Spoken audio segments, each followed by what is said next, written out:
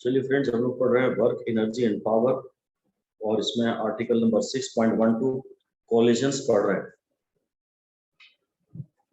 कहता है in physics we study motion, यानी कि change in position. At the same time we try to discover physical quantities which do not change in physical process. The laws of momentum and energy conservation are typical examples. In this section, we shall apply these laws to a commonly encountered phenomenon, namely collisions. Several games such as billiards, marbles or carom involve collision. जहाँ भी दो bodies की आपस में टक्कर हो जाती है, उसे collision कहते हैं. We shall study the collision of two masses in an idealized form. तो पहले तो खैर आप यही लिख दीजिए कि fundamental laws of nature, fundamental laws of nature are, fundamental laws of nature are number 1 momentum conservation, number 1 momentum conservation and number 2 energy conservation, number 1 momentum conservation and number 2 energy conservation. इसने collision की जो introductory पहला paragraph है उसमें बस यही जानकारी दी है कि जो चीजें नहीं चेंज होती हैं फिजिकल प्रोसेस में वो एक्चुअली मोमेंटम है और एनर्जी है। लिख दीजिए these do not change in physical process, these do not change in a physical process. इन पे कहीं भी कोई भी मैंने स्टार नहीं दिया है, पर अगर फर्स्ट पैराग्राफ का मैं आपको जिस्ट दूं तो बस वो यही कह रहा है कि यार एक मोमेंटम हमेशा कंजर्व रहता है, यानी वो फिजिकल प्रोसेस में चेंज नहीं होता है, और एक एनर्जी हमेशा कंजर्व रहती है, वो फिजिकल प्रोसेस में चेंज नहीं होती है। तो वो बोल रहा है अगले पैराग्राफ में कि consider two masses m1 and m2, the particle m1 is moving with the speed v,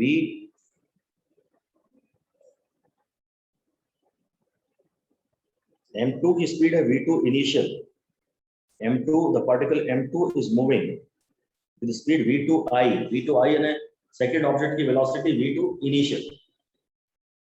The subscript of I implies initial. We can consider M2 to be at rest. M1 ने आके टक्कर मारी है, M1 ने आके टक्कर मारी है और उसकी वेलोसिटी है v1 इनिशियल। ये मैं फिगर 6.10 उसने बनाया, मैं आपको इसकी बात कर रहा हूँ। फिगर 6.10 में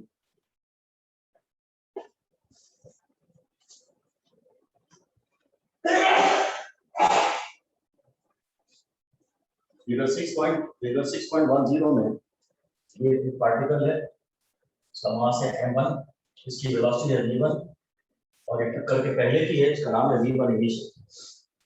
ये एक m2 से टकरा रहा है, इसको इसने y एक्सिस बोला है और शायद इधर ये x एक्सिस बोलेगा। m2 पहले रेस्ट पे था। Consider two masses m1 and m2. The particle m1 is moving with the speed v1i. The subscript I implies initial. We can consider m2 to be at rest. इसकी जो ये rest पर यानी v2 जो initial है वो इसमें 0 दी हुई है हमें। No loss of generality is involved in making such a selection.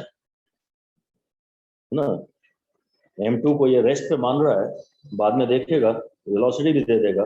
कहता है in this situation the mass m1 collides with the stationary mass m2 and this is depicted in figure 6.10. Billiards table पे normally यही होता है, ये rest पे थी एक चीज, इसने आके मारा और ये यहाँ गया और ये यहाँ गया, ये मान लेते हैं हम यहाँ m1 गया, ये 1 की फाइनल वेलोसिटी है और यहाँ m2 गया, यहाँ मास m2 गया, यहाँ मास m1 गया और यहाँ मास m2 गया और ये v2 की फाइनल वेलोसिटी। ये कहता masses m1 पैराग्राफ इसने डायग्राम के नीचे जो लिखा है वो पढ़ रहा हूँ।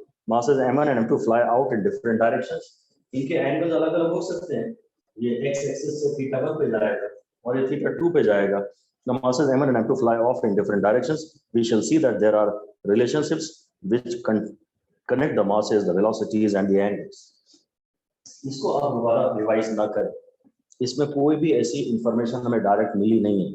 हाँ चलो थोड़ी आदत पड़ी कि v1 मास m1 की वेलोसिटी इनिशियल v1i कहलाती है, मास m2 की इनिशियल वेलोसिटी v2i कहलाती है। मास m1 की फाइनल वेलोसिटी v1f कहलाती है और मास m2 की फाइनल वेलोसिटी v2f कहलाती है। बस इतना ही सीखा हमने, बाकी इस यहाँ तक और कुछ भी दोबारा पढ़ने लायक नहीं, आप सब कुछ स्किप कर सकते हैं।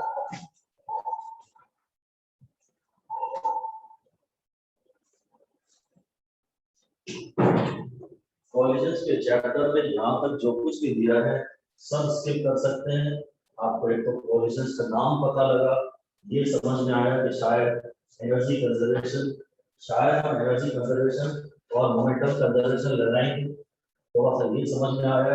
हल्की सी टर्मिनोलॉजी की आदत पड़ी कि m1 की इनिशियल वेलोसिटी है v1i और m1 की फाइनल वेलोसिटी है v1f, m2 की इनिशियल वेलोसिटी है v2i, जो कि शायद हम ज्यादातर जीरो ही मानेंगे। ज्यादातर न्यूमेरिकल्स में आपको जो पेपर में क्वेश्चन आएगा उसमें m2 को अक्सर वो रेस्ट पे ही मानते हैं। हालांकि जनरल केस तो वो होगा जब m2 भी रेस्ट पे नहीं है, एक बॉल यहाँ से जा रही है, एक बॉल यहाँ से आ रही है और इनमें कॉलिजन हो गया, तो दैट इज आल्सो पॉसिबल, वो भी थोड़ा डिस्कस करेंगे। ओके, यहाँ तक 6.12.1 तक आपको एक्चुअली दोबारा कुछ पढ़ने की जरूरत नहीं है, पूरी तरह इग्नोर कर सकते हैं। अब elastic and in elastic collisions पढ़ रहा है, हेडिंग है elastic and in elastic collisions, in all collisions. तो आप ये हेडिंग दे सकते हैं, आप लिख दीजिए टाइप्स ऑफ कॉलिजन्स, आप ये हेडिंग दे दीजिए टाइप्स ऑफ कॉलिजन्स और उसमें नंबर 1 लिख दीजिए इलास्टिक, नंबर 1 है इलास्टिक कॉलिजन और नंबर 2 है इन इलास्टिक कॉलिजन। एक है इलास्टिक कॉलिजन, एक है इन इलास्टिक कॉलिजन।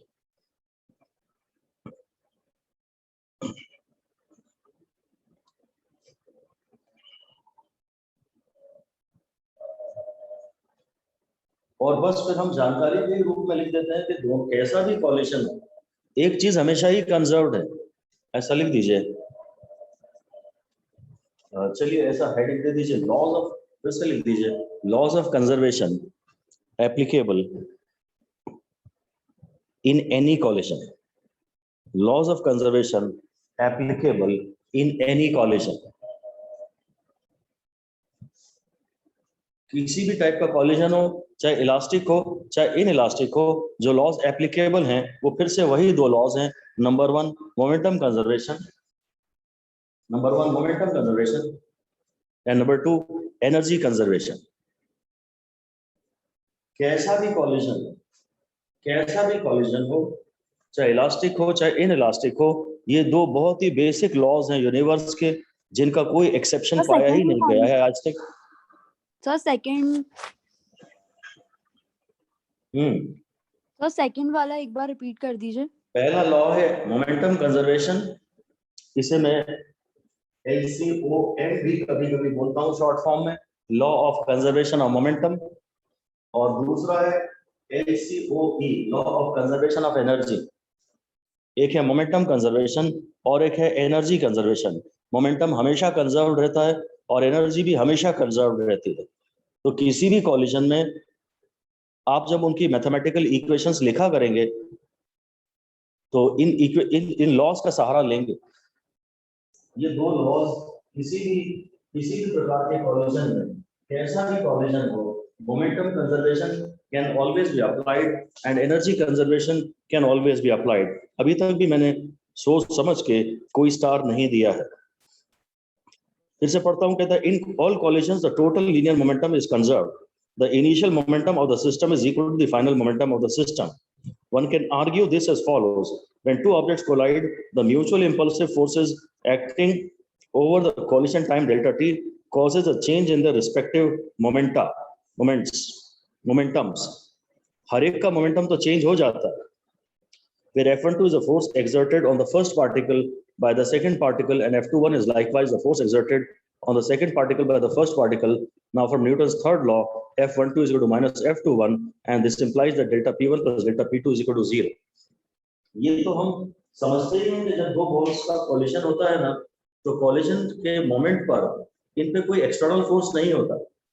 दो बॉल जब आपस में टकराती हैं तो जिस इंस्टेंट पे इनका कॉलिजन होता है उस इंस्टेंट पे ये आपस में ही एक दूसरे पे फोर्स लगाती है, इनके बाहर से कोई फोर्स नहीं होता। ऐसे ही डैश करके एक लाइन लिख दीजिए, when two bodies collide, then at the instant of collision, there is no external force. There is no external force on the system of the two balls. ये balls यहाँ है और यहाँ है, maybe यहाँ जाके टकरा रहे हैं. इसको मैंने यहाँ धक्का दे दिया, इसको मैंने यहाँ धक्का दे दिया और इनमें यहाँ टक्कर हो गई. जब तक एक बॉल को मैं अपने हाथ से धक्का दे रहा हूं तब तक मैं इसको फोर्स लगा रहा हूं.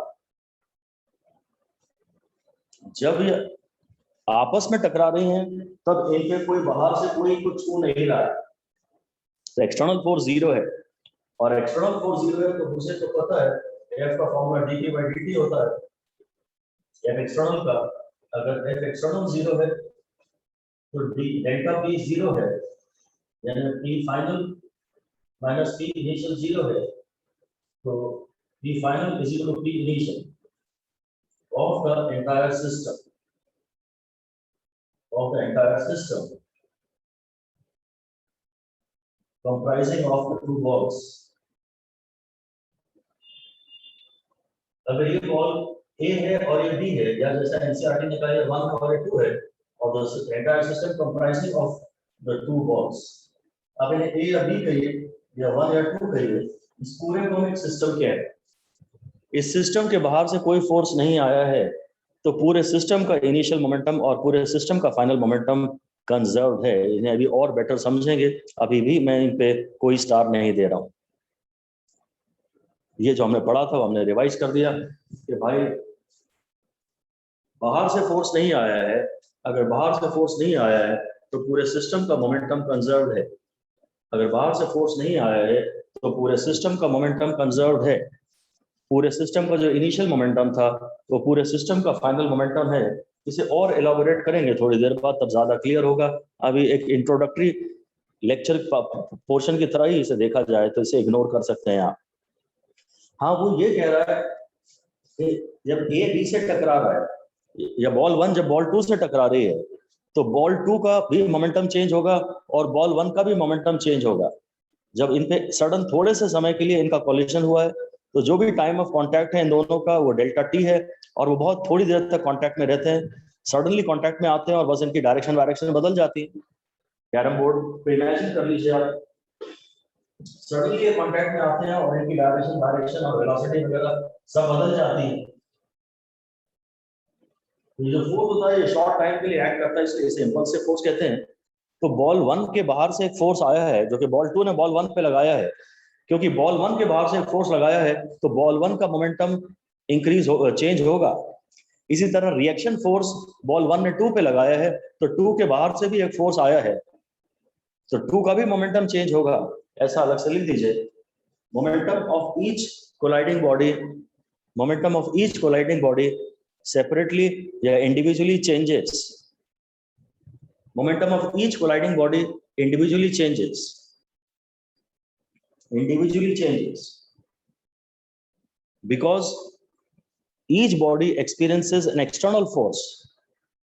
Each body experiences an external force due to the other body. जब बॉल 1 बॉल 2 से टकरा रही है तो बॉल 2 के बाहर से एक फोर्स आया जो कि बॉल 1 ने लगाया तो 2 का मोमेंटम तो चेंज होगा. बस इंडिविजुअली इनके मोमेंटम चेंज हो जाते हैं, परंतु पूरे सिस्टम का मोमेंटम पहले और पूरे सिस्टम का मोमेंटम बाद में अनचेंज रहता है. ये है. तो थोड़ी बहुत अगर काम की बात मैंने अभी तक की है तो हम उसे दोबारा लगा लेते हैं, लिख लेते हैं, एक स्टार लगा के लिख लेते हैं. काम की ज्यादा एग्जाम ओरिएंटेड बातें तो नहीं है. फिर से लिख दीजिए कि during collision momentum of each body separately changes.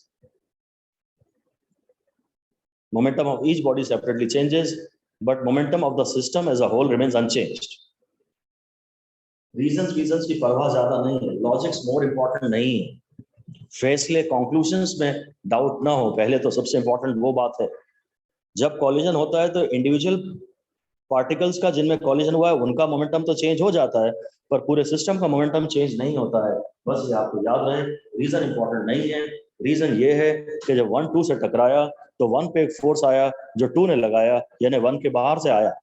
इसी तरह 2 से जब 1 ने टकराया तो 2 पे फोर्स आया बाहर से जो 1 ने लगाया, तो आपस में म्यूचुअल एक्शन रिएक्शन फोर्सेस के कारण दोनों के मोमेंटम चेंज हो जाते हैं। पर पूरे सिस्टम का मोमेंटम चेंज इसलिए नहीं होता क्योंकि पूरे सिस्टम के बाहर से फोर्स नहीं आया। जिसके भी बाहर से फोर्स आएगा उस पोर्शन का मोमेंटम चेंज हो जाएगा। यहां तक भी मेरे हिसाब से मैंने कोई एग्जाम ओरिएंटेड काम की बातें आपसे नहीं की है। हाँ, चैप्टर में घुसने का माहौल बना रहे हैं। ये जरूर आप एक बात और लिख दीजिए डैश करके कि force involved in a collision, forces involved in a collision can be termed as impulsive forces. ये जो फोर्सेस हैं ये इंपल्सिव फोर्सेस कहे जा सकते हैं, because during collision a large force acts for a short time. During collision a large force acts for a short time.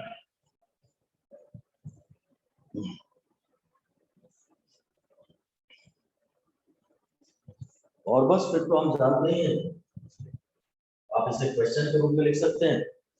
Question के रूप में लिख दीजिए कि when ball 1 collides with ball 2, ball 1 collides with ball 2, the force on ball 1 due to ball 2, the force, question के रूप में लिख दीजिए force on ball 1 due to ball 2 is F12.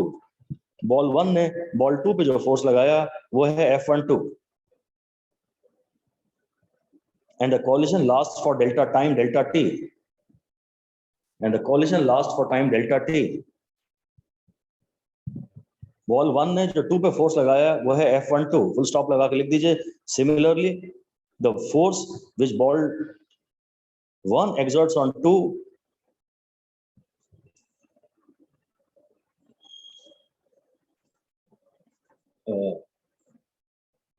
the force exerted on the second particle by the first particle is F21. The force exerted on the second particle by the first particle is F21. So number 1, write a relation between F12 and F21. Write a relation between F12 and F21. तो relation तो यही है, solution में लिख सकते हैं, देखते हैं, लिख दीजिए कि these forces are equal and opposite. तो F12 plus F21 actually 0 है, F12 is equal to minus F21.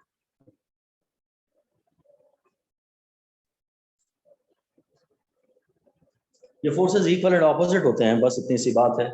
ये हम इसे भले दोबारा रिवाइज ना करें, छोड़ दीजिए, एनसीईआरटी में लिखा है इसलिए लाइन हम पढ़ रहे हैं। सेकंड लिखिए, उसमें अगला पार्ट लिखिए कि what is the change in momentum of ball 1। Ball 1 के मोमेंटम में चेंज किया है, ये फिर भी थोड़े बहुत काम का है, एक स्टार आपको दे सकते हैं।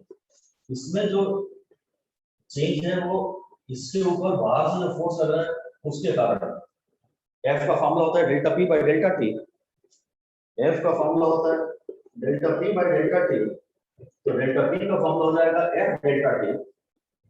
और 1 के मोमेंटम में चेंज उस फोर्स के कारण होगा जो 1 के बाहर से आ रहा है, यानी जो 1 पे 2 ने लगाया।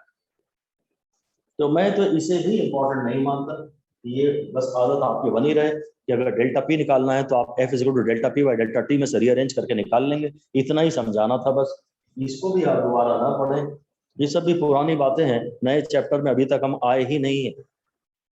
इसी तरह से सी पार्ट भी लिख लेते हैं, what is delta P2, what is the change in momentum of the second body, change in momentum of the second body. तो इसका जो मोमेंटम चेंज होगा वो उस फोर्स के कारण होगा जो इस बॉडी पे कोई दूसरी बॉडी लगा रही है। 2 के बाहर से जो फोर्स आएगा वो 2 के मोमेंटम चेंज के लिए जिम्मेदार होगा। और टाइम जितनी देर कॉलिशन हुआ है, जितनी देर दोनों बॉडीज कांटेक्ट में है, वो टाइम तो दोनों के लिए सेम ही है। ये भी इंपॉर्टेंट नहीं है, इन्हें एक बार पढ़ के नॉन इंपॉर्टेंट बोल के छोड़ देने से हमारा कॉन्फिडेंस का लेवल अलग हो जाता है, वरना हमें लगता है कि पता नहीं ये सब क्या क्या लिखा है। यानी बिंदास दादागिरी से छोड़िए, now you are the boss, आप टर्म्स डिक्टेट कर रहे हैं कि हमें पता है कि ये सब कचरा है, इस पे नजर मारिए, कचरा बोलिए तो आपका कॉन्फिडेंस अलग रहेगा। और मे भी 4-5 काफी 4-5 महीने बाद कभी आपका अगर मन करेगा इसको रीड करने का तो आप इजीली कंफर्टेबली समझ पाएंगे। बाय चांस अगर आपको लगता है कि चलो एक बार पढ़ के तो देखते हैं क्या लिखा है, तो आप इसे इजीली समझ पाएंगे, तो और कॉन्फिडेंस बढ़ेगा आपका। हालांकि आपका फायदा सिर्फ न्यूमेरिकल वाले एस्पेक्ट्स को स्ट्रेंथन करने में है, थियोरी पढ़ने में आपको कुछ नहीं मिलने वाला। खैर, फिर मैं इस पैराग्राफ को देख रहा हूँ। The above conclusion is true even though the forces vary in a complex fashion during the collision time delta t। कहता है जब collision होता है ना तो forces actually इतने simple नहीं होते हैं, बड़े वेरिएबल फोर्सेस होते हैं, सडन स्पाइक आती है। खैर, ये लाइन भी पूरी तरह इग्नोर कर दी जाए। कहता फोर्सेस कैसे भी हों पर मोमेंटम तो हमेशा ही कंजर्व रहेगा। खैर, कहता since the third law is true at every instant, the total impulse on the first object is equal and opposite to that on the second. ये एक लाइन डैश करके लिख दीजिए। delta p of the first object is equal and opposite to delta p of the second object। इस line पे भी हम एक स्टार दे रहे हैं। delta p of the first object is equal and opposite to delta p of the second object। भाई अगर एक का मोमेंटम +5 से चेंज हुआ तो दूसरे का मोमेंटम -5 से चेंज होना चाहिए, 5 से, तब तो जाके टोटल चेंज इन मोमेंटम 0 आएगा। टोटल डेल्टा पी 0 है, पूरे सिस्टम के मोमेंटम में चेंज नहीं है, पूरे सिस्टम के मोमेंटम में चेंज नहीं है। इसलिए एक में जितना पॉजिटिव मोमेंटम चेंज हुआ है दूसरे में उतना नेगेटिव मोमेंटम चेंज होना चाहिए। ये लाइन भी डायरेक्ट किसी न्यूमेरिकल को सॉल्व करने के काम नहीं आती है, इसलिए मैंने इस पे केवल एक स्टार दिया। ठीक है, द इम्पैक्ट आगे कह रहा है। अब अगले पैराग्राफ में आ रहा है, ये कहते हैं on the other hand the total kinetic energy of the system is not necessarily conserve. अब प्रॉब्लम आ गई इस तरह से। अभी तक तो सब बढ़िया ही चल रहा था, हम मोमेंटम कंजर्वेशन की बात कर रहे थे। कहता है total kinetic energy of the system is not necessarily conserve. ये बात जरा इंपॉर्टेंट है, ध्यान देना होगा। कहता है impact and the deformation during collision may generate heat and sound.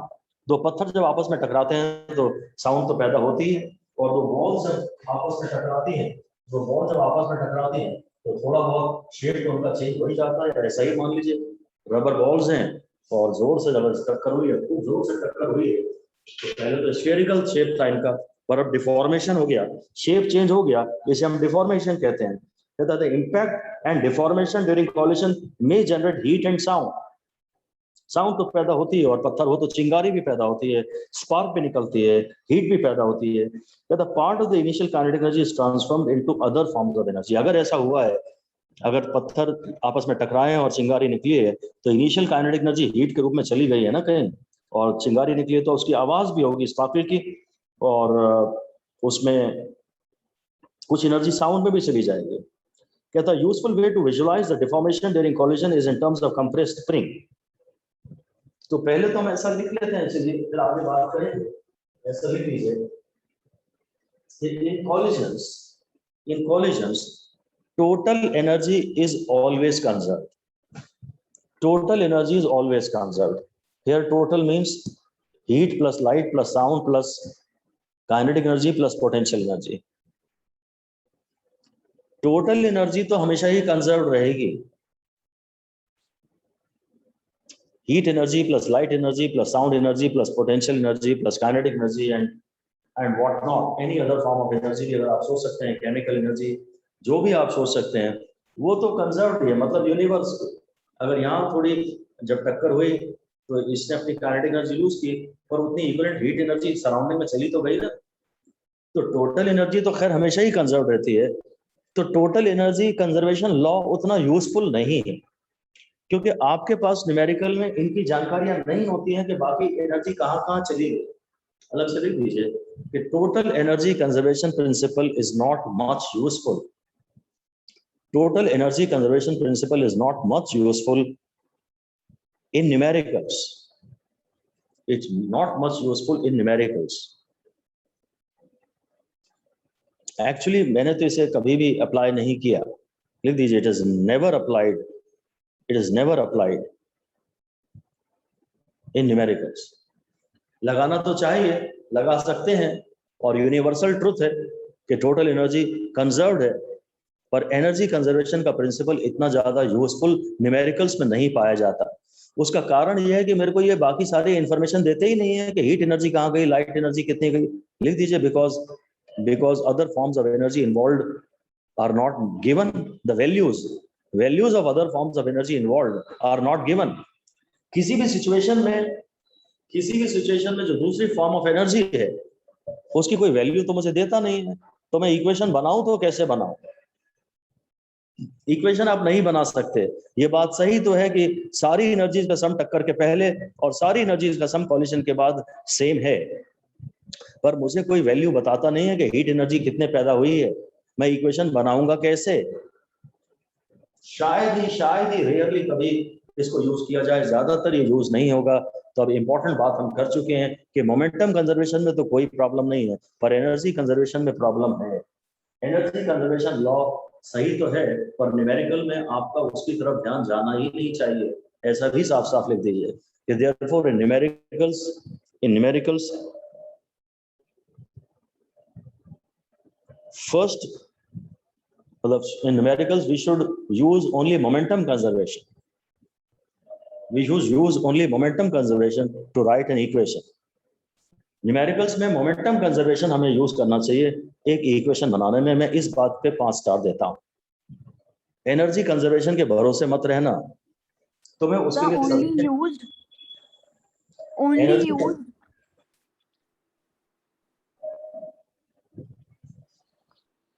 Energy conservation के भरोसे मत रहना, तुम्हें उसके लिए सफिशिएंट जानकारियां नहीं दी जाएंगी।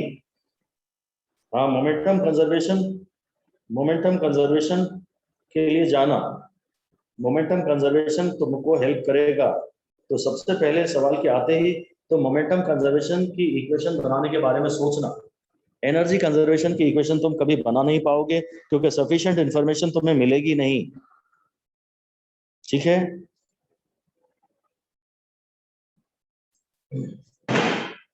हाँ, इसमें फिर मैं आपको ये बता देता हूँ कि एक्चुअली एनर्जी कंजर्वेशन तो काम की नहीं है, पर हम फिर अब से शायद सिर्फ मैकेनिकल एनर्जी कंजर्वेशन की बात किया करेंगे। ऐसा लिख दीजिए, mechanical energy conservation equation is more useful in numericals. Mechanical energy conservation mechanical energy conservation equation is more useful in numericals. अगर कोई थियोरी का क्वेश्चन पूछता है कि कौन कौन से लॉज हैं एनर्जी कंजर्वेशन और मोमेंटम कंजर्वेशन, तो आपको कहना है हाँ दोनों वैलिड है।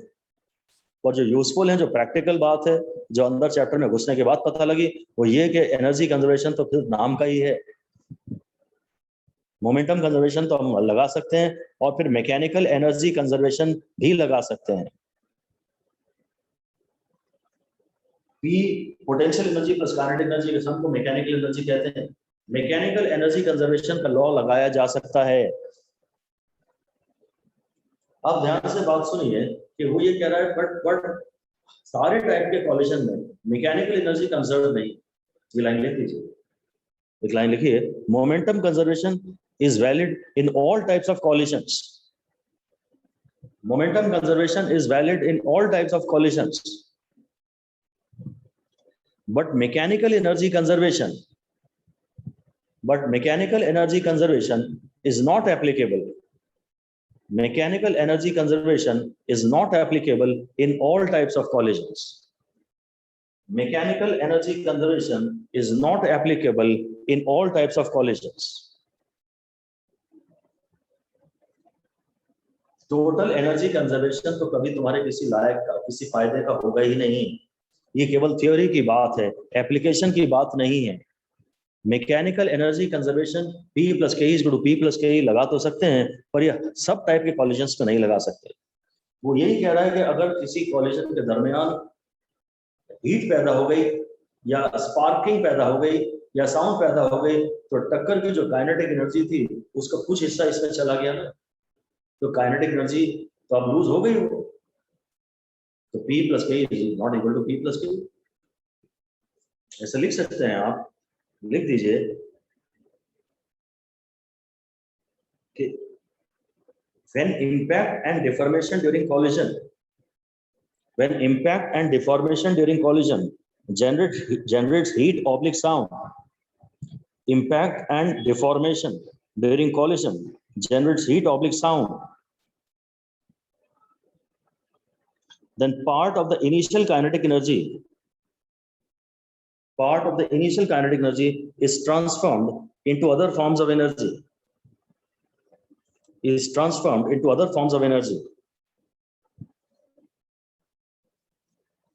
And therefore, it's transformed into other forms of energy, and therefore we can say that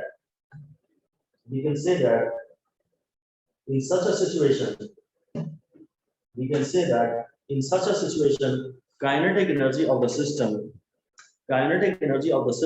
is not conserved.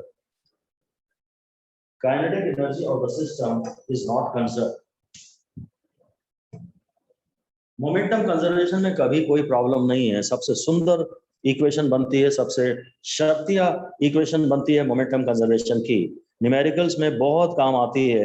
अगर वर्ड कहीं न्यूमेरिकल में आपको कीवर्ड मिल गया कॉलिजन, आपको उनकी बातों से समझ में आ गया कि कॉलिजन का न्यूमेरिकल है, तो पहला ख्याल जो आपके दिमाग में आना चाहिए वो है मोमेंटम कंजर्वेशन। मोमेंटम कंजर्वेशन को आप इस चैप्टर का गॉड लिख सकते हैं।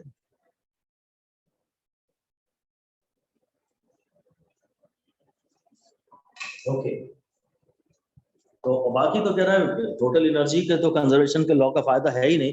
इवन मैकेनिकल एनर्जी कंजर्वेशन में भी हमेशा नहीं होगा ये वैलिड, क्योंकि कभी कभी यहाँ देख तो रहे हैं हम कि काइनेटिक एनर्जी किसी दूसरे फॉर्म ऑफ एनर्जी में जा तो रही है, तो एनर्जी कंजर्वेशन की बात नहीं है। अब हम कुछ इंटरेस्टिंग बातें कर रहा है, उससे क्वेश्चन के रूप में देखेंगे। कहता है usual way to visualize the deformation during collision is in terms of a compressed spring. देखो, पहली बात तो ये है कि जब भी दो बॉल्स टकराती है ना, तो उनके शेप तो बिगड़ते हैं। दो स्फेरिकल बॉल थी और जब ये टकराई तो टक्कर के दरमियान, मैंने बताया तो ये फ्लैट हो गई ऐसी थी, और जब ये टकराई इनकी, ये टक्कर हुई तो हल्की सी यहाँ पे ऐसे इनके शेप्स तो हो ही जाते हैं। इस शेप के चेंज होने को डिफॉर्मेशन कहते हैं। डैश करके लिख दीजिए कि during collision shapes get deform. टक्कर के दरमियान शेप थोड़े बहुत तो चेंज होते ही हैं। The shapes get deformed depending upon the material of the bodies. Maybe अगर ये लोहे के ऑब्जेक्ट है तो शायद डिफॉर्मेशन कम होगा, शेप चेंज कम होगा, पर अगर ये रबर बॉल्स हैं तब तो ये शेप चेंज सिग्निफिकेंट होगा।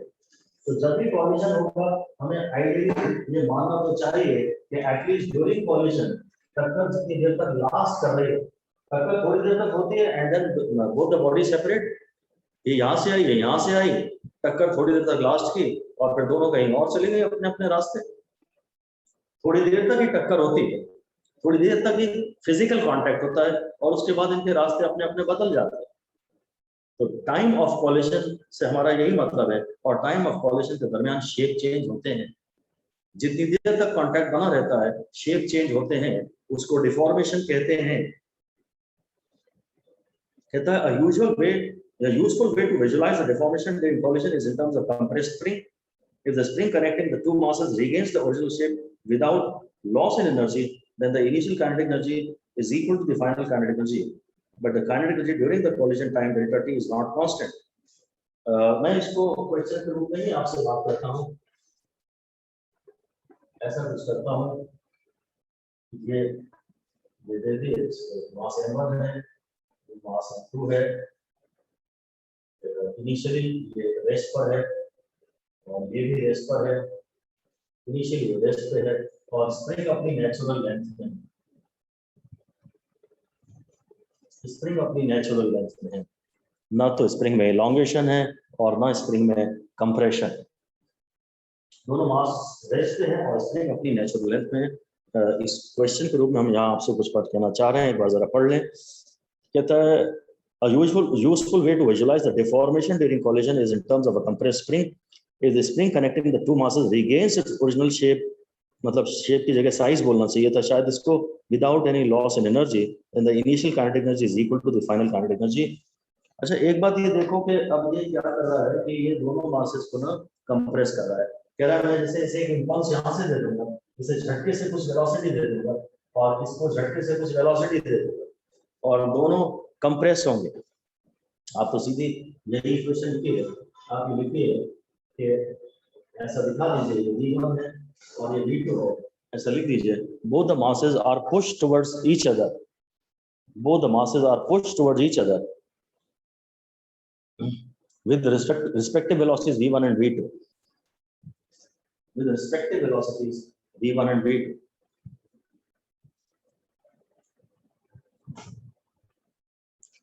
Find the maximum compression in the spring. Find the maximum compression in the spring.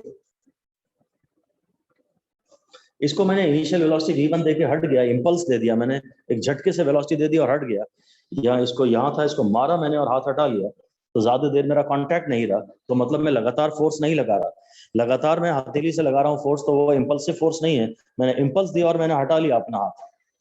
अच्छा, मैक्सिमम कंप्रेशन का मतलब ये होता है, मैक्सिमम कंप्रेशन का मतलब ये होता है कि अब स्प्रिंग और कंप्रेस नहीं हो सकती। अगर स्प्रिंग और कंप्रेस नहीं हो सकती ना, तो ये जो M1 है और जो M2 है ये रेस्ट पे आ जाते हैं और फिर ये वापस अपनी ओरिजिनल लेंथ को रिगेन करने की, फिर तो स्प्रिंग फोर्स तो इधर मारेगा धक्का वापस। तो ये मैक्सिमम कंप्रेशन जो है ना, ये की वर्ड है अलग से। अब आप सोल्यूशन लिख दीजिए, सोल्यूशन लिख दीजिए और लिखिए maximum compression is a very important की वर्ड, ऐसा ही लिखिए, maximum compression oblique maximum deformation is a very important keyword. जो मैक्सिमम कंप्रेशन है या जो मैक्सिमम डिफॉर्मेशन है वो हमेशा बहुत इंपॉर्टेंट कीवर्ड है फॉर न्यूमेरिकल्स, और हमें सिर्फ न्यूमेरिकल से मतलब है। अगर मैक्सिमम डिफॉर्मेशन की बात करेगा या मैक्सिमम कंप्रेशन की बात करेगा तो ये बहुत इंपॉर्टेंट बात है। मेरा आपसे यहाँ कहना है कि अगर ये ऐसा हो जाता है, तो अगर ये मैक्सिमम है तो ये और बढ़ नहीं रहा है कंप्रेशन, मतलब ना ये यहाँ आ रहा है ना ये यहाँ आ रहा है। अगर आगे और आएंगे तो कंप्रेशन और बढ़ेगा। अगर कंप्रेशन मैक्सिमम है तो मतलब इट ऑलवेज इंप्लाइड कि v1 is equal to 0 and v2 is equal to 0, ऐसे लिख दीजिए। It implies that both the particles are momentarily, both the masses are momentarily at rest. Maximum का मतलब यह है कि both the masses are momentarily at rest. ये है कहानी। अब एक्चुअली इसमें जो फोर्सेस इन्वॉल्व है वो स्प्रिंग फोर्स है। स्प्रिंग फोर्स एक कंजर्वेटिव फोर्स होता है, ऐसा आगे लिख दीजिए। Here the force involved is only spring force. ये फोर्स की तो हम बात करेंगे नहीं, क्योंकि इस फोर्स ने वेलोसिटी देके हट गया था, ये लगातार काम नहीं कर रहा। जो फोर्स लगातार काम ना करे उसको आप FBD में थोड़ी ना मार्क करेंगे।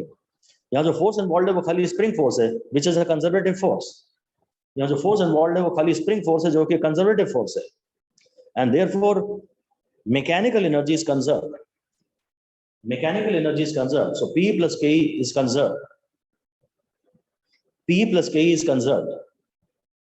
और यहां लिख दीजिए, यहां पर सेम पोटेंशियल एनर्जी mgh वाली तो चेंज हो नहीं रही, हाइट वाइट तो कहीं चेंज हो नहीं रही, ऐसा लिख दीजिए। Here potential energy is not in picture. Potential energy के बारे में आप बात ना ही करें तो अच्छा है। mgh वाली ग्रेविटेशनल पोटेंशियल एनर्जी उसका नाम होना चाहिए, sorry, gravitational potential energy is nowhere in picture. Height is not changing, height change नहीं हो रही है।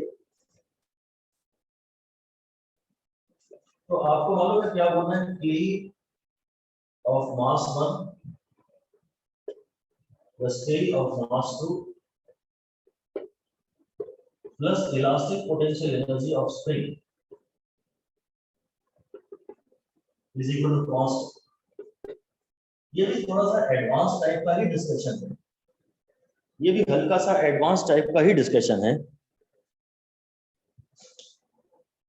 थोड़ा बहुत अगर आपको परेशानी हो रही हो तो पेशेंस रखें, है तो काम की बात, पर इनिशियली ये हमारा मेन डिस्कशन, अभी मेन डिस्कशन में हम आया नहीं है, तब इनसे डिविएट ना हो जाए। सीख तो हम फिजिक्स ही रहे हैं, और फाइनली इवेंचुअली काम की बातें फायदे की तो होती हैं, पर अभी आपका फोकस इस पे ज्यादा ना रहे, नहीं तो यहीं पर आप एग्जॉस्ट हो जाएंगे। सर तो यही कहूंगा कि इनिशियली मतलब K initial plus P initial is equal to K final plus P final, ऐसे ही कुछ होगा। अब K initial है half and V1 square plus half and V2 square. मैं K initial पूरे सिस्टम की ले रहा हूँ, दोनों मासेस की मिला के ले रहा हूँ, और काइनेटिक एनर्जी तो हमेशा पॉजिटिव ही होती है, चाहे वेलोसिटी पॉजिटिव हो या नेगेटिव हो। और इनिशियल पोटेंशियल एनर्जी है स्प्रिंग की, जो कि आपकी एक्स स्क्वायर होती है, और पहले स्प्रिंग अपनी नेचुरल लेंथ में थी, पहले स्प्रिंग अपनी नेचुरल लेंथ में थी। Equal to final kinetic energy, जो कि हो जाएगा half m1 into 0 square plus half m2 into 0 square plus half a xm का स्क्वायर। ये इनिशियल काइनेटिक एनर्जी पूरे सिस्टम की, यानी इसकी मिला के और इसकी मिला के ये रही। स्प्रिंग में इनिशियल काइनेटिक एनर्जी शुरू में 0 है, क्योंकि स्प्रिंग में कोई कंप्रेशन नहीं है, कोई इलॉन्गेशन नहीं है, स्प्रिंग अपनी नेचुरल लेंथ में है। फाइनली इसमें काइनेटिक एनर्जी ये रही और इसमें काइनेटिक एनर्जी ये रही, और अब स्प्रिंग में कंप्रेशन है xm, तो स्प्रिंग की इलास्टिक पोटेंशियल एनर्जी ये है। ऐसी कोई इक्वेशन बनाकर आप सवाल सॉल्व करते हैं। फिलहाल फॉर नाउ इनिशियली अगर आप उसको भी ना पढ़ें तो चलेगा, क्योंकि अभी तक हम मेन चैप्टर की बातों में आए ही नहीं है।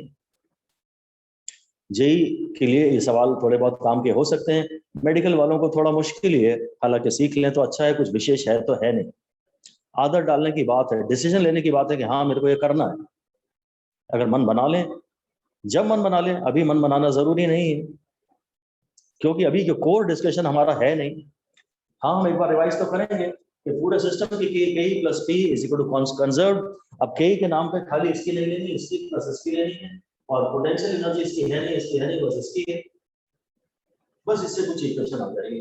मैं तो आपको यही बताऊंगा कि जब मैक्सिमम डिफॉर्मेशन होता है ना, यहाँ मैं ये कहना चाहता हूँ कि देखो काइनेटिक एनर्जी तो पूरी खत्म हो गई है, मैक्सिमम डिफॉर्मेशन के इंस्टेंट पे पूरी की पूरी के पी में कन्वर्ट हो जाती है। वही हुआ है एंटायर के, ये भी रेस्ट पे आ गया और ये भी रेस्ट पे आ गया, तो initial K gets entirely converted into P of the system. ये बात 5 स्टार देने लायक है, न्यूमेरिकल में यही काम आएगी। हालांकि ये एडवांस्ड न्यूमेरिकल होंगे और थियोरी में ये बात आपसे कभी कोई पूछेगा नहीं। ये लाइन लिख दीजिए, खैर कभी ना कभी आप इस लाइन के साथ कंफर्टेबल हो ही जाएंगे। अभी कंफर्टेबल ना हो तो ज्यादा पैनिक ना करें, आप ये फाइनल फेस्ट को लिख दीजिए कि एट मैक्सिमम डिफॉर्मेशन, अब चाहे वो कंप्रेशन हो चाहे इलॉन्गेशन हो, मैक्सिमम डिफॉर्मेशन ब्रैकेट में कंप्रेशन ऑब्लिक इलॉन्गेशन, की वर्ड है मैक्सिमम। मैक्सिमम डिफॉर्मेशन है या मैक्सिमम मतलब इलॉन्गेशन है या कंप्रेशन है, तो K gets entirely converted to P. K जो है वो पूरी तरह पी में बदल जाती है, और यहाँ पोटेंशियल एनर्जी से मेरा मतलब है elastic potential energy. KE gets entirely converted into potential energy, KE gets entirely converted into elastic potential energy. अगर मैक्सिमम डिफॉर्मेशन की बात करें तो अब हम अगली बार से इतना डिटेल में नहीं लिखेंगे, हम बोलेंगे पूरी जो काइनेटिक एनर्जी थी वो पोटेंशियल एनर्जी में कन्वर्ट हो जाती है। मैक्सिमम डिफॉर्मेशन फिर से लिख दीजिए, maximum deformation at maximum deformation, at maximum deformation the particles are, both the particles are instantaneously at rest. At the point of maximum deformation both the particles are at rest for that instant. उस खाली moment के लिए दोनों particles rest पर हैं, और इसलिए उनकी काइनेटिक एनर्जी 0 हो चुकी है। तो जितनी भी काइनेटिक एनर्जी दोनों में मिला के थी वो पूरी की पूरी स्प्रिंग में स्टोर हो चुकी है। अभी तक हमने अपने चैप्टर से रिलेटेड कोई बातें की नहीं है। हाँ, maximum deformation is a very useful keyword for identifying algorithm in numericals. जैसे ही मैक्सिमम डिफॉर्मेशन बोलता है तो आपको याद समझ में आ जाता है कि आपको इस न्यूमेरिकल में करना क्या है, सोचना नहीं पड़ता। यार अब इम्पोर्टेंट बात तो आपसे ये कह रहा है कि भाई देखो मैक्सिमम डिफॉर्मेशन में इसका ये हाल हो गया, ये बस ऐसा हो गया, इस समय इसकी वेलोसिटी भी 0 हो गई थी और इसकी v1 डैश और v2 डैश उसमें 0 हो गए थे और कंप्रेशन इसमें मैक्सिमम हो गया था। अब उसके बाद तो तुरंत स्प्रिंग फोर्स के कारण both the blocks will be pushed. ये फिर से खुलना चाहेंगे अब तो स्प्रिंग, फिर तो स्प्रिंग फोर्स के कारण स्प्रिंग फोर्स इसको यहाँ काम कर रहा है, इसको यहाँ काम कर रहा है, और स्प्रिंग फोर्स के कारण दोनों ब्लॉक्स अब आएंगे अपनी इनिशियल पोजीशन में, तब तक जब तक स्प्रिंग अपनी पुरानी नेचुरल लेंथ पूरी ऑब्टेन नहीं कर लेती। मैक्सिमम डिफॉर्मेशन के जस्ट बाद ऐसा ही अगली बार लिख दीजिए, जस्ट आगे लिख दीजिए कि after the instant of maximum deformation, after the instant of maximum deformation both the blocks will be pushed by the spring force, both the blocks will be pushed by the spring force. Both the blocks will be pushed by the spring force towards the respective original positions. Both the blocks will be pushed by the spring force towards their respective original positions. ये force मुझे देखिएगा, spring अपनी natural length को प्राप्त करना चाहेगी, इसलिए इस ब्लॉक को यहां मारेगी और इस ब्लॉक को यहां मारेगी। अब हो सकता है कि आप सोचें कि भाई ये तो नेचुरल लेंथ को ऑब्टेन करने के बियॉन्ड भी चली जाएगी, वो सब हम नहीं सोच रहे।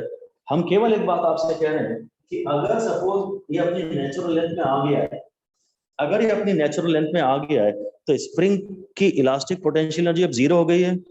तो स्प्रिंग ने जो इलास्टिक पोटेंशियल एनर्जी गेन की थी वो पूरी तरह वापस काइनेटिक एनर्जी के रूप में इन दोनों को दे दी। बस यही सीखना है। सच्चाई फिजिकल रियलिटी क्या है हम उसके बारे में ज्यादा ना सोचें, फिजिकल रियलिटी की बात ही ना करें, नहीं तो आप कंफ्यूज ही रहेंगे हमेशा। एक्चुअल हैपनिंग जो आपको इसका कॉन्सेप्ट है, जो बचपन से आपने होते हुए देखा है, उसको अगर साइड में रख के पढ़ेंगे तो आप फिजिक्स ज्यादा समझ पाएंगे। रियलिटी से मिक्सअप करेंगे तो जरा फिजिक्स गड़बड़ाएंगे आप। ये मत सोचिएगा कि जब मैं इसे कंप्रेस करके छोड़ूंगा तो ये नेचुरल लेंथ के बियॉन्ड भी चला जाएगा। हाँ चला जाएगा, इसमें कोई शक नहीं है, पर अभी हमें उतनी बात करनी नहीं है। हम कौन सा यहाँ पीएचडी करने गए, अभी हमारे को यहीं तक देखना है। इसलिए रियलिटी से जरा चीजों को बार बार मिक्सअप मत किया करो, कॉन्फिडेंस नहीं आएगा। और अभी हमें पहले मार्क्स चाहिए और कॉन्फिडेंस चाहिए। एग्जैक्ट हैपनिंग हमें नहीं चाहिए, क्योंकि हम बहुत ही प्रिलिमिनरी लेवल के स्टूडेंट हैं, सब बहुत ही बेसिक लेवल के स्टूडेंट हैं, हम एडवांस फिजिक्स नहीं पढ़ रहे हैं। तो अगर स्प्रिंग अपनी नेचुरल लेंथ को रिगेन कर लेती है तो अब स्प्रिंग में पोटेंशियल एनर्जी नहीं बचेगी, मतलब उसने अपनी सारी पोटेंशियल एनर्जी वापस इन दोनों में डिस्ट्रीब्यूट कर दी होगी। अब पूरे सिस्टम में एकदम पहले जो काइनेटिक एनर्जी थी वही काइनेटिक एनर्जी वापस आ गई होगी। अब now P gets converted to K, ऐसा लिख दीजिए। If now the spring regains its natural length, if now the spring entirely regains its natural length, पूरी तरह अपनी नेचुरल लेंथ ऑब्टेन कर लेती है,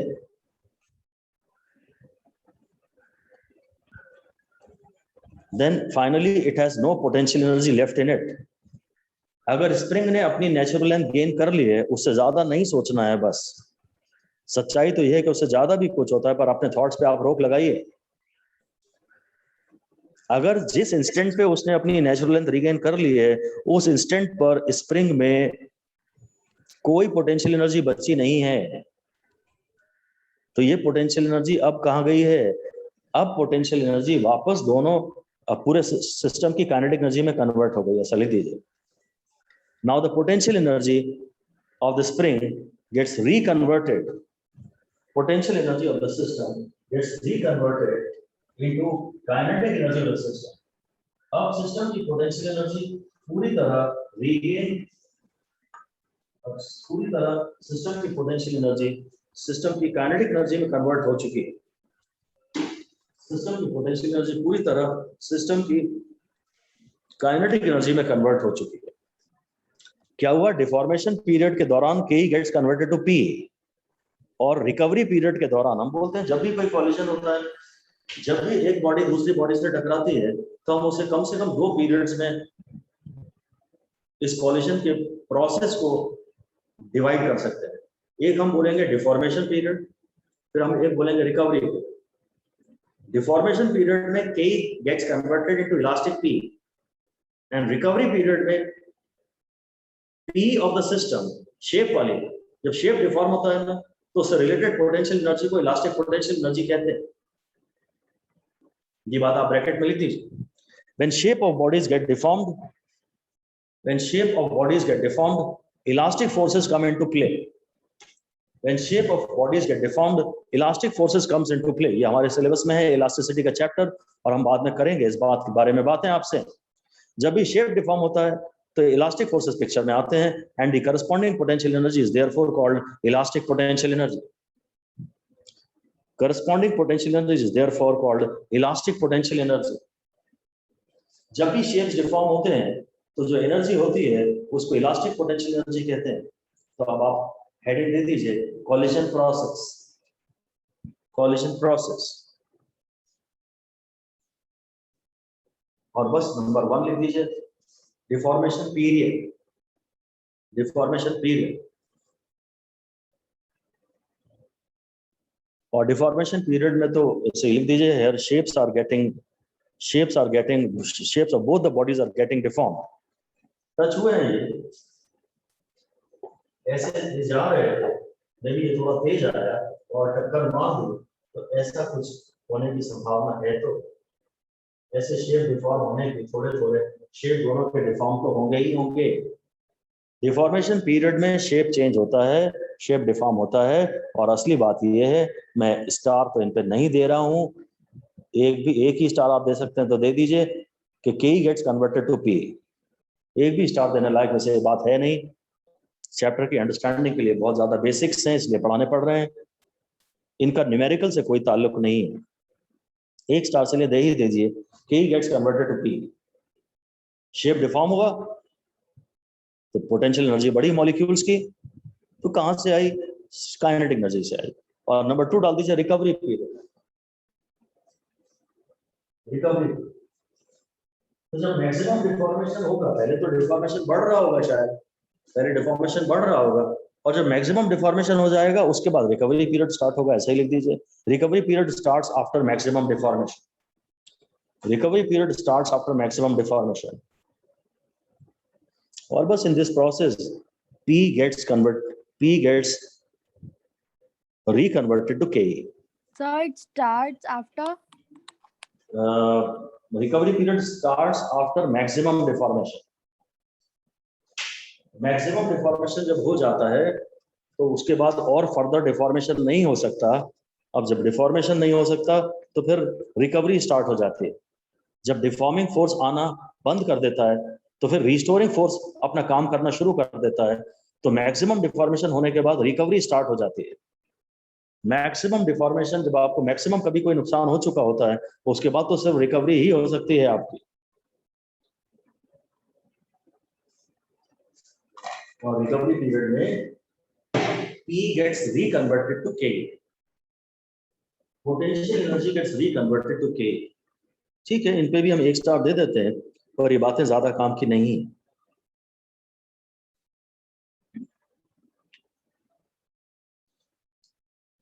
अब आप हेडिंग दे दीजिए elastic collision.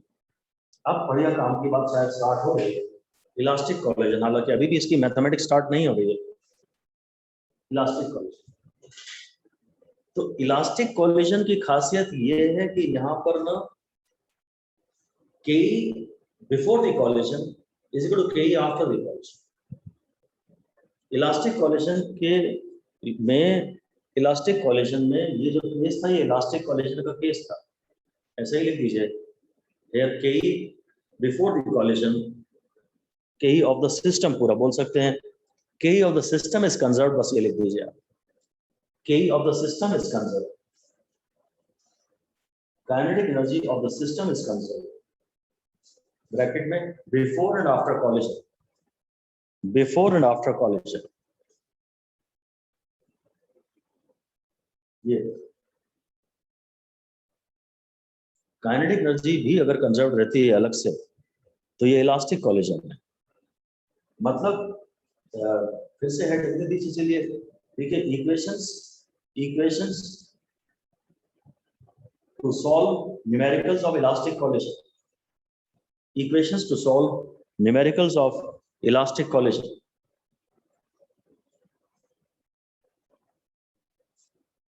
Number 1 momentum conservation. Momentum conservation ये तो हमेशा ही एप्लीकेबल होगा, मोमेंटम कंजर्वेशन ये तो हमेशा ही लगेगा। और number 2 kinetic energy conservation. Number 2 kinetic energy conservation. इसकी इक्वेशन मैं पूरी आपको बाद में लिखवाऊंगा, पर खैर आप इस पे 4 स्टार दे दीजिए इन दोनों बातों पे। अगर हम पूरी डिटेल में इक्वेशन तो फिलहाल नहीं लिख रहे हैं, पर हमें यही ध्यान आना चाहिए मोमेंटम कंजर्वेशन रहता है और के कंजर्व रहता है। आप इलास्टिक कोलिजन में ध्यान रखिए और नंबर 3 भी वैसे लिख सकते हैं, नंबर 3 तो नहीं लिखना चाहिए, नंबर इक्वेशन नहीं लिख पाएंगे। ऊपर जो आपने हेडिंग दी थी इलास्टिक कोलिजन में, या चलिए अभी इसी के नीचे लिख दीजिए कि total energy is also conserved in elastic collision. Total energy भी कंजर्व्ड है, वो तो हमेशा ही कंजर्व्ड रहती है। Total energy is also conserved in elastic collision, पर आप उसके ब्रैकेट में लिख सकते हैं, but we can not write any equation of this information. इस इंफॉर्मेशन के हम इक्वेशन नहीं लिख पाते, इसलिए ये काम की नहीं। काम की दो ही बातें हैं। हाँ, वो पूछेगा which of the following,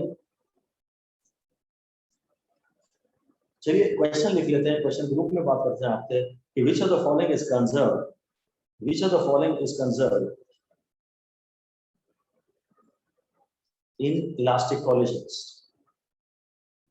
which of the following is conserved in elastic collision? Number 1 लिखिए, momentum. Number 1 momentum, number 2 total energy, number 3 kinetic energy, number 3 kinetic energy, number 4 mechanical energy,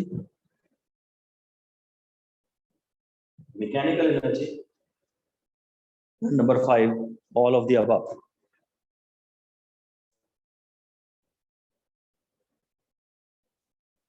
तो एक्चुअली इसका आंसर है all of the above. Momentum तो हमेशा ही conserve रहता है, total energy यानी all forms of energy हमेशा ही कंजर्व रहता है, और यहां इसमें काइनेटिक एनर्जी कंजर्वेशन की बात की जा रही है, और P प्लस के के कंजर्वेशन से ही हमने ये इक्वेशन बनाई है सारी की सारी।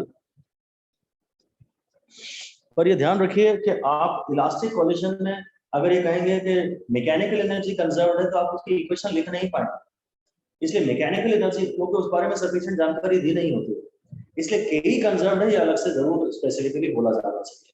ऐसे ही लिख दीजिए कि it is in elastic collisions it is better to say that, it is more useful to say that K is conserved. Numericals की अगर बात करें तो ये ज्यादा काम की है बात कहना कि के is conserved rather than saying that total mechanical energy is conserved, rather than saying that total mechanical energy is conserved। हम कह तो सकते हैं कि टोटल मैकेनिकल एनर्जी कंजर्व्ड है, पर इक्वेशन बनाने के लिहाज से आप ये ना कहें कि मैकेनिकल एनर्जी कंजर्व्ड है, आप कहें कि काइनेटिक एनर्जी कंजर्व्ड है, ताकि आपका सीधा ध्यान हाफ mv स्क्वायर पे जाए। देखिए, जब टोटल एनर्जी ही कंजर्व्ड है तो फिर तो टोटल मैकेनिकल एनर्जी भी कंजर्व्ड है, पर हम टोटल मैकेनिकल एनर्जी ना बोले, हम टोटल काइनेटिक एनर्जी बोले, ताकि आपका सीधा ध्यान एक तो जाए मोमेंटम कंजर्वेशन पे और एक काइनेटिक एनर्जी कंजर्वेशन पे। मैं फिर ध्यान दे रहा हूँ, फिर जोर दे रहा हूँ कि ध्यान दीजिए, मोमेंटम तो हमेशा ही कंजर्व है, अगर ये इलास्टिक कोलिजन है तो काइनेटिक एनर्जी भी कंजर्व है। हालांकि इस समय आप अगर बोलते हैं मैकेनिकल एनर्जी कंजर्व्ड है, P प्लस के कंजर्व्ड है, तो गलत नहीं होगा, क्योंकि इस समय P प्लस के कंजर्व्ड है। जो केस हमने पढ़ा स्प्रिंग का, उसमें P पहले भी 0 थी और बाद में भी 0 है, तो के प्लस P से ही हमने वो इक्वेशन लिखी भी थी। ये कहना गलत नहीं है कि मैकेनिकल एनर्जी भी कंजर्व्ड है, पर यूजफुल ये है कि आपके दिमाग में सीधे आए कि ही कंजर्व्ड है। अगर कोई पूछता है कि इस समय मैकेनिकली कंजर्व्ड नहीं है, तो आपको कहना होगा गलत। खैर, आप सिर्फ काम की बातें अगर सुनना चाहते हैं तो ये दोनों डेफिनेटली बहुत काम की बातें हैं कि इलास्टिक कोलिजन के न्यूमेरिकल जब आएंगे तो आप एक मोमेंटम कंजर्वेशन की इक्वेशन लिखना और दूसरी के ही कंजर्वेशन की इक्वेशन लिखना। यहाँ एक वार्निंग लिख दीजिए, यहाँ एक वार्निंग लिख दीजिए कि even in elastic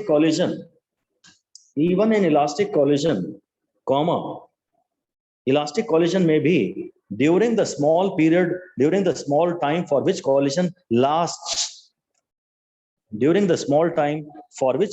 lasts, जितनी देर collision हो रहा होता है, और बड़ा इसके बाद लिख दीजिए ke is not conserved, kinetic energy is not conserved। Elastic collision में भी थोड़ा बारीकी से जाएं, और ये इंपॉर्टेंट बात है, एग्जाम में पूछे जाने लायक जरूर पूछी जाती है। थियरी के क्वेश्चंस जहां भी आते हैं स्कूल एग्जाम्स वगैरह में, तो बहुत काम की बात है कि इलास्टिक कोलिजन में भी जहां हम चिल्ला के कह रहे हैं कि कहीं कंजर्व्ड है, ये बात पूरी तरह सच नहीं है, क्योंकि during the period during the time during which collision last, उतनी देर केई थोड़ी देर तो पी में कन्वर्ट होती है ना, डिफॉर्मेशन होता है, तो उस दरमियान केई इज नॉट कंसिडर्ड, ब्रैकेट में लिख दीजिए KE gets converted into elastic potential energy, KE gets converted to elastic potential energy temporarily, थोड़ी देर के लिए केई इलास्टिक पोटेंशियल एनर्जी में कन्वर्ट तो होती है। ये अलग बात है कि ये हम इलास्टिक पोटेंशियल एनर्जी वापस रीगेन कर लेते हैं, ये अलग बात है कि इलास्टिक पोटेंशियल एनर्जी हम वापस रीगेन कर लेते हैं, पर थोड़ी देर तो ये इलास्टिक पोटेंशियल एनर्जी में कन्वर्ट होती है। ठीक है, तो अलग से दोबारा लिख देते हैं और इस पे 4 स्टार फिर से दे देते हैं। फिर से लिख दीजिए कि इन इलास्टिक collisions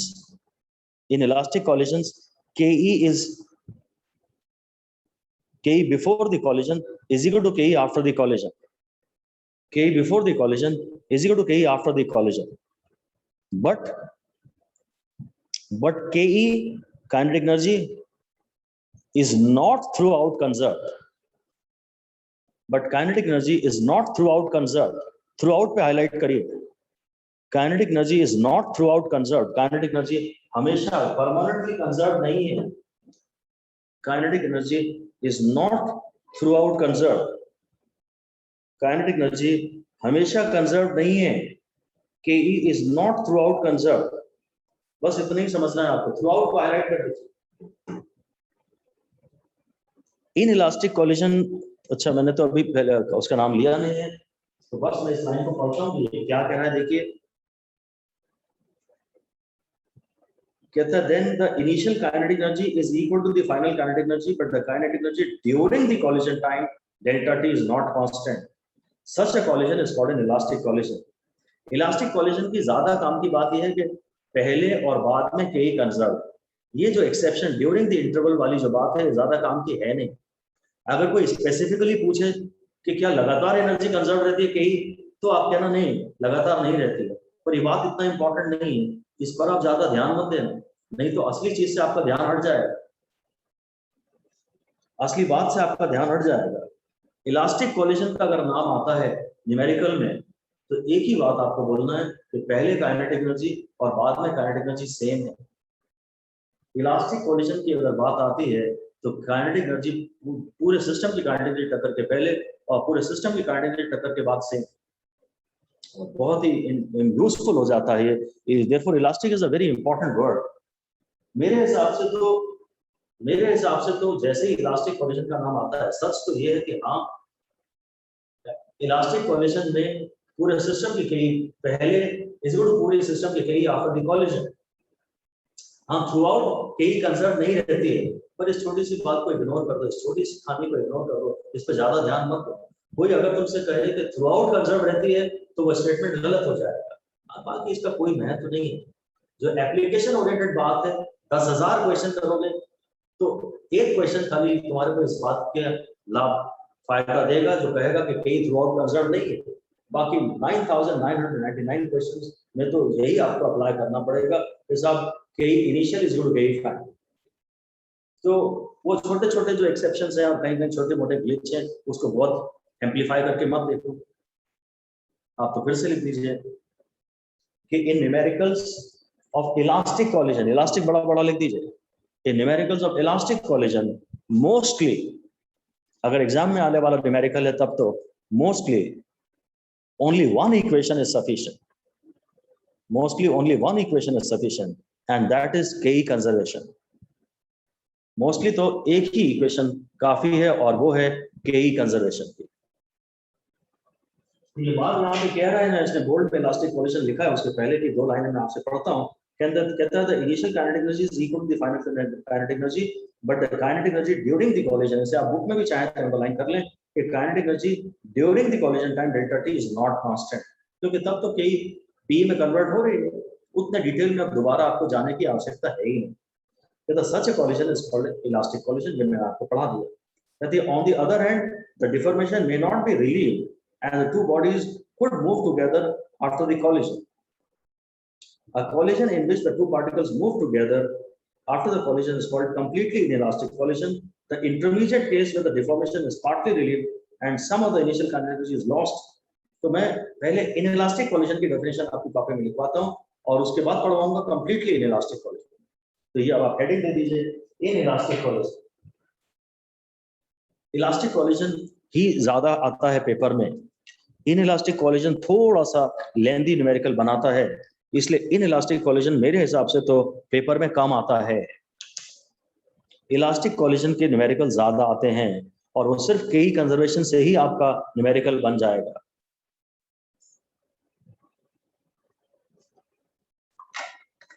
अगर और लंबा न्यूमेरिकल हुआ, बड़ा न्यूमेरिकल हुआ तो मोमेंटम कंजर्वेशन भी लगाना पड़ेगा, पर बड़े न्यूमेरिकल आजकल आ नहीं रहे हैं.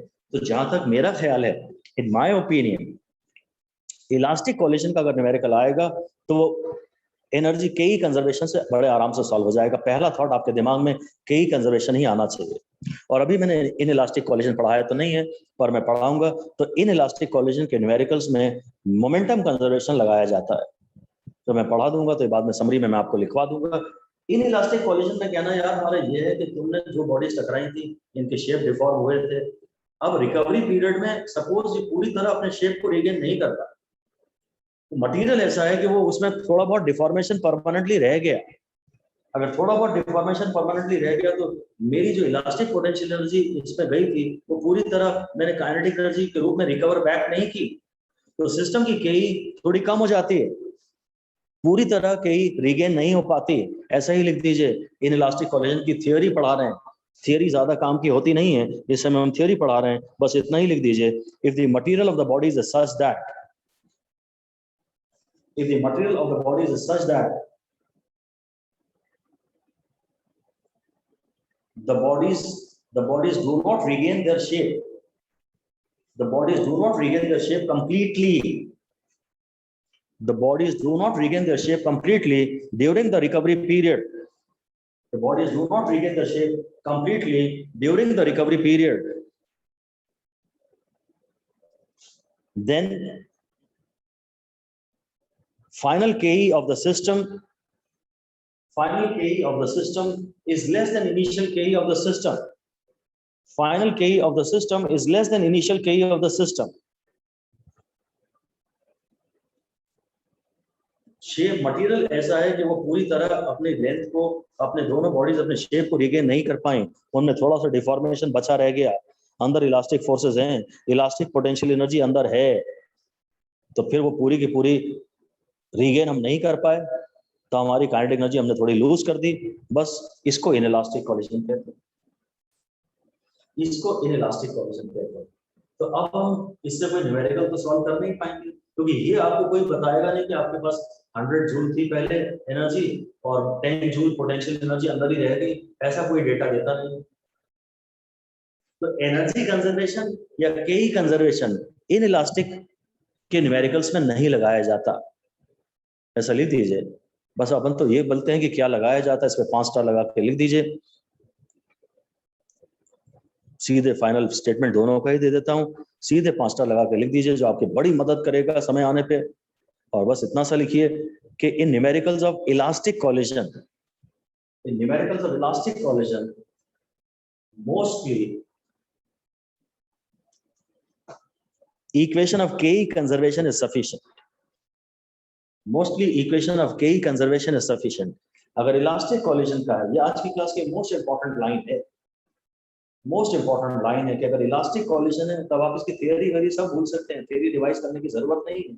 बस इसी स्टेटमेंट को आपने दम है तो 1000 बार रिवाइज करिए पूरे फील्ड से, बाकी सारी थियरी बकवास है. इलास्टिक कॉलिजन में के न्यूमेरिकल में केई कंजर्वेशन की इक्वेशन सफिशिएंट है. और इसी तरह से लिख दीजिए in numericals of inelastic collision, in numericals of inelastic collision equation of momentum conservation is sufficient. बस ये हो गई बड़ी बात. अब कोई न्यूमेरिकल आपको तकलीफ नहीं देगा कॉलिजन के चैप्टर का. अगर इलास्टिक कॉलिजन है ये, बल्कि असली गॉड स्टेटमेंट तो ये हुआ हमारे इस चैप्टर का गॉड स्टेटमेंट ये हुआ, क्योंकि पूरे चैप्टर को संभाल लेगा ये एक स्टेटमेंट, और बाकी सारी बारीक बातें आप भूल जाइए। अगर इलास्टिक कोलिजन है ऐसा उसने बोल दिया है न्यूमेरिकल में, तो आप सबसे पहले यही ढूंढा करिए कि इलास्टिक है कि इनइलास्टिक है। अगर इलास्टिक उसने बोल दिया तो आप बोल दीजिएगा के पहले इज इक्वल टू के बाद में, और अगर इनइलास्टिक है तो सीधे आप मोमेंटम कंजर्वेशन पे जाइए, बात खत्म। ये न्यूमेरिकल ओरिएंटेड बातें मैंने आपको बड़ी सुंदर बता दी, और इससे आपके न्यूमेरिकल में सीधे से अप्रोच बन गई। अब आपकी थियोरी अब आपको नहीं चाहिए, न्यूमेरिकल का नाम पढ़ते ही आपके दिमाग में आ जाएगा कि करना क्या है। Algorithm is now well defined, algorithm define है, फिर तो कोई ज्यादा तकलीफ है होनी नहीं। तो वही वो कुछ कह रहा था कि intermediate case where the deformation is partly relieved and some of the initial kinetic energy is lost in more common is more common and is appropriately called as inelastic. Kinetic energy पूरी तरह recover हमने नहीं की है, और वो कहीं भी चली गई है, कहीं भी चली गई है, चाहे वो पी में चली गई है चाहे कहीं और चली गई है। ये बोल सकते हैं इन और फिर स्पेस देके in elastic collision, in elastic collision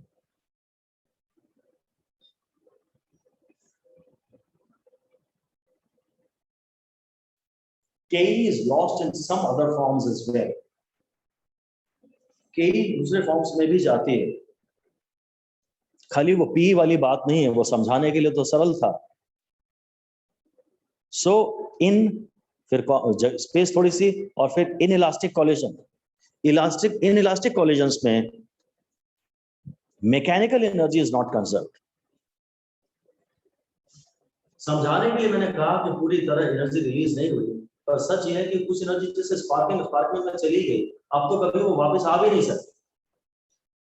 अगर मैकेनिकल एनर्जी कंजर्व ना हो तो ये इनइलास्टिक कोलिजन है। तो ये थ्योरी की बातें हैं, काम की बातें गॉड स्टेटमेंट के रूप में मैं आपको बता चुका हूं। हाँ, मैकेनिकल एनर्जी अगर कंजर्व्ड है या काइनेटिक एनर्जी कंजर्व्ड है तो ये इलास्टिक कोलिजन है, और अगर मैकेनिकल एनर्जी कंजर्व नहीं है, बात सिर्फ काइनेटिक एनर्जी कंजर्वेशन की नहीं है, मैकेनिकल एनर्जी कंजर्व नहीं है, हीट पैदा हुई है, साउंड पैदा हुई है, तो फिर ये इनइलास्टिक कोलिजन है। और खैर अब आप सीधे से हेडिंग दे दीजिए, परफेक्टली इनइलास्टिक कोलिजन या completely inelastic collision. This is more important than inelastic collision. Completely inelastic collision के में सबसे ज्यादा न्यूमेरिकल आपको मिलेंगे इलास्टिक के, फिर आपको मिलेंगे कंप्लीटली इनइलास्टिक के, और जो पार्शियली इलास्टिक है या पार्शियली इनइलास्टिक है उसके न्यूमेरिकल ज्यादा नहीं मिलते हैं, मिलते तो हैं।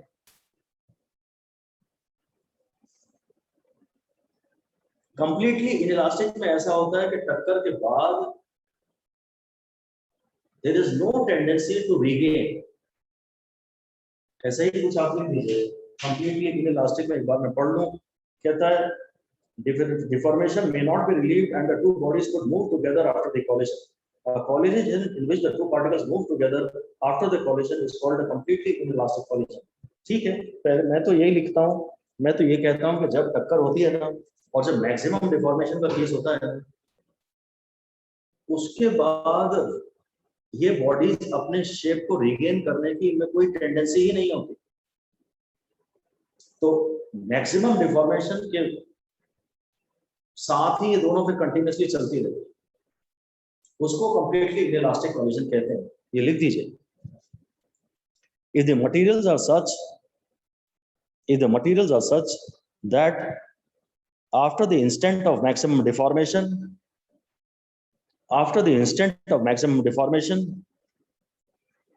balls के colliding bodies के मटेरियल ऐसे हैं कि after the instant of maximum deformation there is no tendency to regain original shape.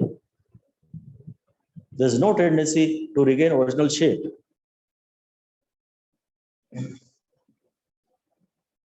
Then the loss in Ke is maximum. अब ये Ke regain नहीं हो रही, अब जरा भी P वापस Ke में नहीं आ रही है।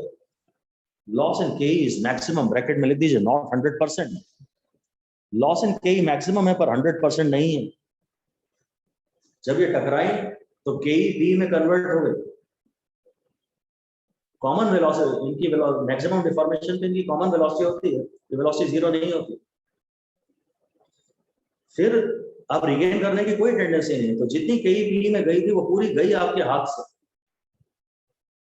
के लॉस इन के इज मैक्सिमम बट 100% नहीं है। इसमें क्या होता है, मैक्सिमम डिफॉर्मेशन के केस में ना ये दोनों की वेलोसिटी कॉमन हो जाती है।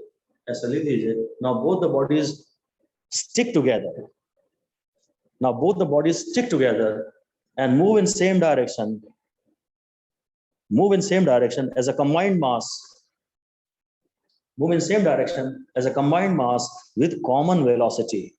Common velocity को highlight करना है आपको, common velocity को बड़ा बड़ा लिखना है।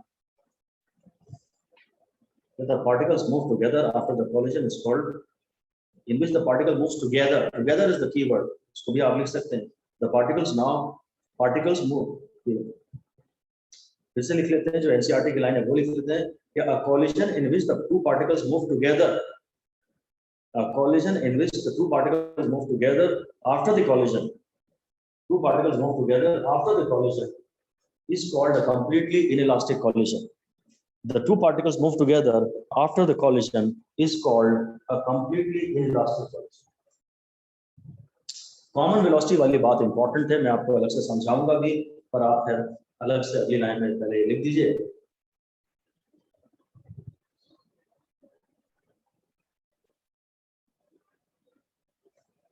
परफेक्टली इनइलास्टिक में या कंप्लीटली इनइलास्टिक में कॉमन वेलोसिटी हो जाती है। तो आप ये भी लिख दीजिए, 4 स्टार लगा के लाइन और लिख दीजिए।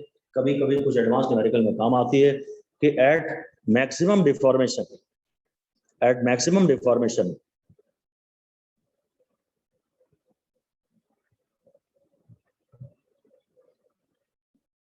both the bodies have common velocity.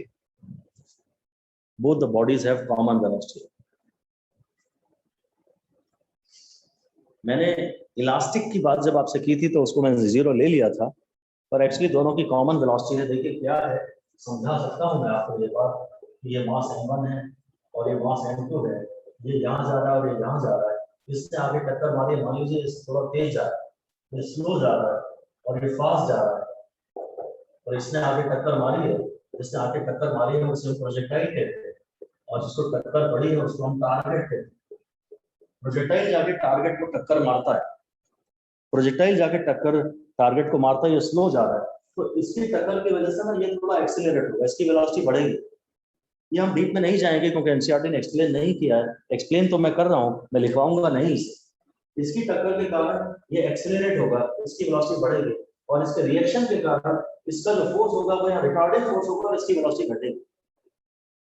ये टक्कर के कारण इस पे फॉरवर्ड फोर्स लगाएगा तो ये एक्सीलरेट होगा, और ये टक्कर के कारण इस पे रिटार्डिंग फोर्स लगाएगा तो प्रोजेक्टाइल जो है रिटार्ड होगा, और ये सिलसिला तब तक जारी रहेगा जब तक दोनों की वेलोसिटी कॉमन ना हो जाए। भाई इसकी बढ़ती जा रही है और इसकी घटती जा रही है, तो एक समय तो आएगा जब दोनों की कॉमन वेलोसिटी है, और अगर उसके बाद कॉमन वेलोसिटी आ जाने के बाद इनमें टेंडेंसी है ही नहीं रिगेन करने की, तो फिर ये ऐसे ही चलते रहेंगे।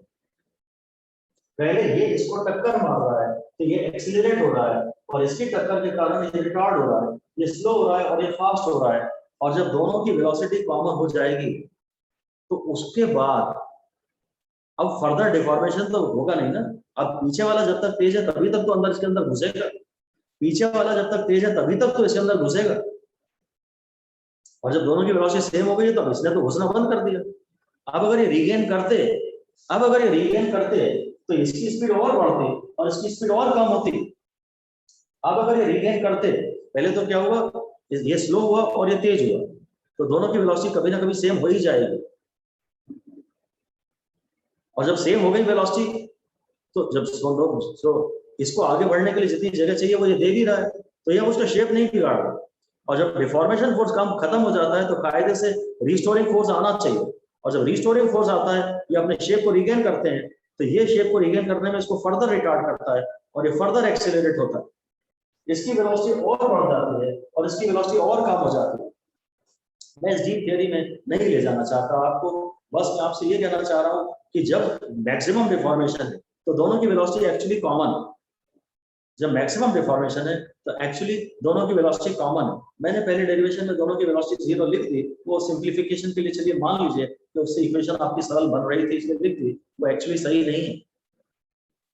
मैक्सिमम डिफॉर्मेशन के समय दोनों की वेलोसिटी कॉमन होती है, 0 नहीं। कंप्रेशन के लिए तो हम शायद फिर भी बोल सकते थे, मैक्सिमम डिफॉर्मेशन के समय दोनों की वेलोसिटी कॉमन है, और अगर ये रीगेन नहीं कर रहे हैं तो दोनों ऐसे चिपके चिपके चलेंगे, दोनों ऐसे चिपके चिपके चलेंगे। गीली मिट्टी का एक ढेला यहाँ से आया, गीली मिट्टी का एक ढेला यहाँ से आया, और उसके बाद तो दोनों एक कंबाइंड मास बन के m1 + m2 का आगे चल देंगे। तो परफेक्टली इनइलास्टिक कॉलिजन में आपको सिर्फ कॉमन वेलोसिटी को ध्यान रखना है बस। परफेक्टली इनइलास्टिक कॉलिजन में आपको कॉमन वेलोसिटी को ध्यान रखना है बस। ये सारी की सारी थ्योरी हो गई हमारी। अगर इलास्टिक कॉलिजन है, चलिए लिखिए समरी लिखिए, और इतना ही लिख दीजिए पहले तो। इलास्टिक कॉलिजन, और उसमें लिखिए number 1 momentum is conserved, number 2 mechanical energy is conserved, नहीं number 2 total energy is conserved, और नंबर 3 लिख दीजिए काम का के इज कंजर्व्ड। इलास्टिक कॉलिजन में काइनेटिक एनर्जी कंजर्व्ड है, इस पे आप फिर से 5 स्टार लगा दीजिए के इज कंजर्व्ड पे। और अगर आप थ्योरी भी साथ में करना चाहते हैं तो ब्रैकेट में लिख दीजिए नॉट थ्रू आउट या not during the collision period. के ई कंजर्व्ड तो है पर कॉलिजन पीरियड में कंजर्व्ड नहीं है, के ई कंजर्व्ड तो है but not during collision period. ये इलास्टिक कॉलिजन खत्म हुआ। फिर आप हेडिंग दे दीजिए इनइलास्टिक कॉलिजन। तो नंबर 1 लिख दीजिए मोमेंटम कंजर्व्ड, और इस पे 5 स्टार लिख दीजिए, न्यूमेरिकल का यही काम आएगा, मोमेंटम कंजर्व्ड। और नंबर 2 लिख दीजिए टोटल एनर्जी कंजर्व्ड है, पर ये इक्वेशन आप इससे कुछ बना नहीं पाएंगे, ये फालतू की इंफॉर्मेशन है फिलहाल। इनइलास्टिक कॉलिजन में तो बस शायद इतना ही काफी है। और ये भी आप अगर याद दिलाना चाहें तो लिख दें कि shapes bodies do not regain their shapes completely.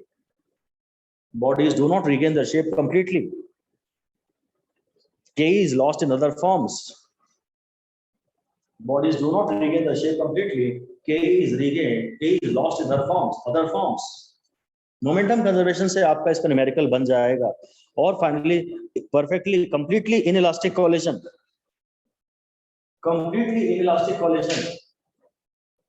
और completely inelastic में बस इतना ही लिख दीजिए कि फाइनली या बस both the bodies move together with common velocity, और सबसे बड़ी बात है एंड मैक्सिमम डिफॉर्मेशन। ये खैर मैक्सिमम डिफॉर्मेशन वाली बात इतनी इंपॉर्टेंट है नहीं। both the bodies move together with common velocity, बस इतना काफी है। और उसमें भी लिख दीजिए maximum loss of kinetic energy is maximum, here the loss of kinetic energy is maximum.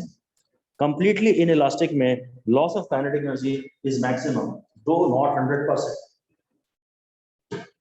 ये 100% होता अगर टक्कर के बाद दोनों बॉडीज रुक जाती तो ब्रैकेट में लिख दीजिए कि इन परफेक्टली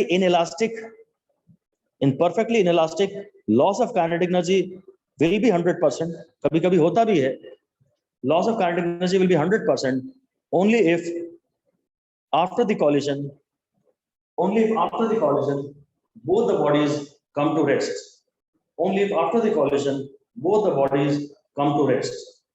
तो ये इसकी थ्योरी बढ़िया हमारी समाप्त होती है, और इसकी जो मैथमेटिकल वाला एस्पेक्ट है हम नेक्स्ट क्लास में डिस्कस करेंगे। Bye bye guys, thank you.